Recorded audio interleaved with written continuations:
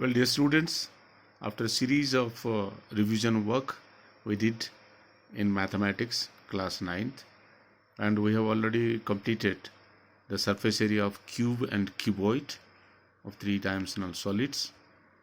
Now we are looking into a very beautiful figure that we call it a cylinder, a right circular cylinder. You see the cylinder, two circular bases are there, congruent bases. Okay, right circular cylinder it is.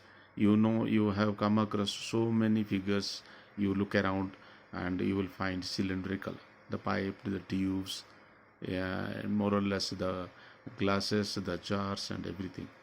Okay, a cylindrical shape of like that, but it's a right circular cylinder. Okay, then the curved surface area of a cylinder is, curved surface area of a cube and cuboid also, perimeter of base into height. What will be the perimeter of base? That is the circumference of a circle, 2 pi r into height. Therefore, curved surface area of a cylinder is 2 pi r perimeter of base into height. Total surface area or surface area of the cylinder will be curved surface area plus 2 bases, you can see, circular bases. So 2 pi rh, that is curved surface area, plus 2 bases, because the area of a circle is pi r square. So twice of that, both sides up and down. So 2 pi r square. What is common here? 2 pi r can be taken common. So you get r plus h. Okay, that is the total surface area of a cylinder is 2 pi r multiplied by r plus h, and curved surface area of cylinder is 2 pi r h. Okay, remember area of base here in a circular cylinder, its area is pi r square, and perimeter of base, I mean the circumference of circle, is 2 pi r, where r is the radius and pi normally we put 22/7 or 3.14 as mentioned in the questions.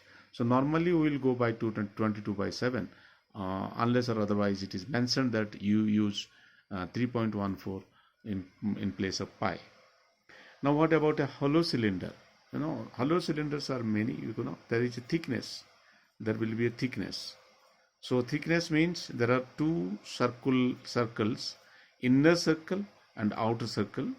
The outer circle will be little bit more in radius. It depends on how thick it is, and the inner radius will be smaller, outer radius will be capital R.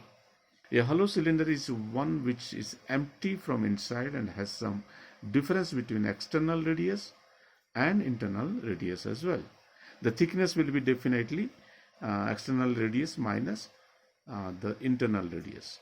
The thickness area of both the top and bottom, there are two circles, rings circles, pi capital R square minus pi small r square, but both sides are there up and down. So twice multiplied by pi r square minus pi r square.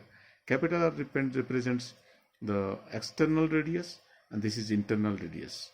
Pi can take in common further, r square minus r square, and this is a square minus b square. That identity we can use, 2 pi r plus r into r minus r.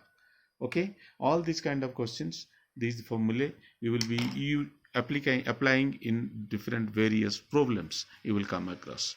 Thank you.